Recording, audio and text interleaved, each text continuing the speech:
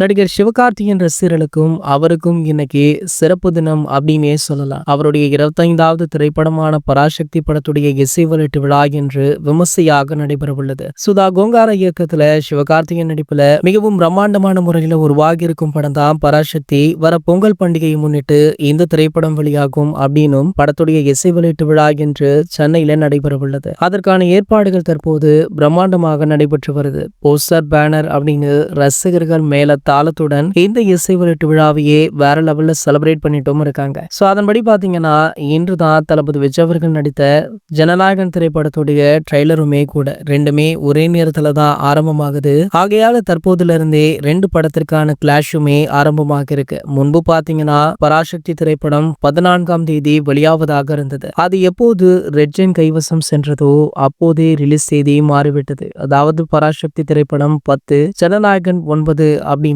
2 படத்திற்குமே அதீத போட்டி நிலவ ஆரம்பிச்சது. இந்த நிலையில பாத்தீங்கன்னா தற்போது ஜனநாயகன் திரைப்படத்தை ரிலீஸ் பண்ணவே கூடாது அப்படின்ற மாதிரி திமுக தரப்புல இருந்து பல அழுத்தங்களுமே கொடுக்கப்பட்டு வருது. அதுல மிக முக்கியமாக ஜனநாயகன் திரைப்படத்திற்கு குறைந்த திரையரங்குகளை ஒதுக்க திட்டம் தீட்டியிருக்காங்களாம். சோ அனைத்து விநியோகஸ்தர்களையுமே கைக்குள்ள வச்சிருக்காரு உதயநிதி அவர்கள். சோ ஆகையால பாத்தீங்கன்னா ஜனநாயகன் படக்குழு சார்பில் சூப்பர் ஸ்டார் ரஜினிகாந்த் அவர்கள் தற்போது பேச்சுவார்த்தை நடத்தி உள்ளதாக சொல்லப்படுது. சோ தளபதியுடைய அரசியல் வருகைக்கும் தளபதியுடைய சினிமா வாழ்க்கைக்குமே பல இடங்கள்ல சூப்பர் ஸ்டார் ரஜினிகாந்த் அவர்கள் உதவி இருக்காரு. சோ அவருடைய கடைசி படம் அப்படின்றதுனால சூப்பர் ஸ்டார் அவர்களே இறங்கி வந்து இந்த பிரச்சனையை முடிச்சு வச்சிருக்காரா. சோ பராசக்திற்கு எந்த அளவிற்கு ஸ்கிரீன் ஒதுக்கப்பட்டிருக்கோ அதே அளவிற்கு ஜனநாயகன் திரைப்படத்திற்குமே அதிக திரையரங்குகளை ஒதுக்கியிருக்காங்களா. இது போன்ற செய்திகளை பற்றி நீங்க உடனே தெரிஞ்சுக்க நம்மளுடைய சேனலை மறக்காம சப்ஸ்கிரைப் பண்ணிக்கோங்க.